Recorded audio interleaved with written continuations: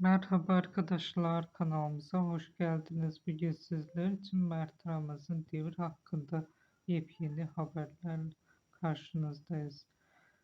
Başarılı oyuncu Mert Ramazan Demir son dönemde kariyeriyle ilgili gelişmelerle gündemde yer almaya devam ediyor.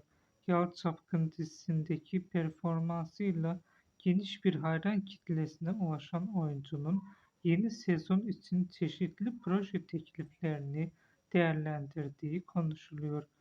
Sektörün kulislerinde yer alan bilgilere göre Demir'in hem dijital platformlardan hem de televizyon kanallarından gelen teklifler üzerinde çalıştığı belirtiliyor. Henüz resmi bir açıklama yapılmasa da oyuncunun farklı bir karakterle izleyici karşısına çıkmaya hazırlandığı iddia ediliyor. Öte yandan Mert Ramazan Demir'in son dönemde imajında yaptığı değişiklikler ve katıldığı etkinlikler sosyal medyada büyük ilgi görüyor.